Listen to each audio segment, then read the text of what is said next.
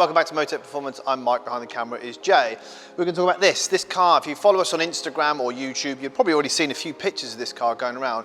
This is Seb's car. Seb's a very good customer of ours. I'll put his Instagram below. Seb's actually a racing driver, won the Porsche Cup, currently going to GT3 and is racing at Le Mans as well this year, so good guy to follow. We look after his M2. We've done a number of things. We thought while he's in for another upgrade, the Remus Powerizor we'll talk about in a second, we'll go through quickly what we've done.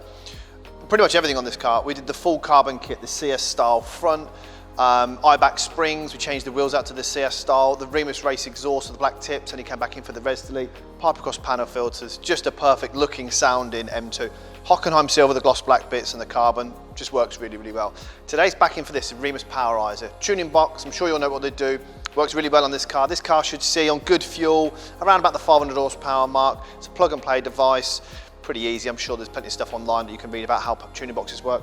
We're going to get this installed and get a bit of B-roll of this. So let us know so far what you think of Seb's car and what he should do next. I think CS bonnet, but we'll have a chat with him about it. Let us know what you think.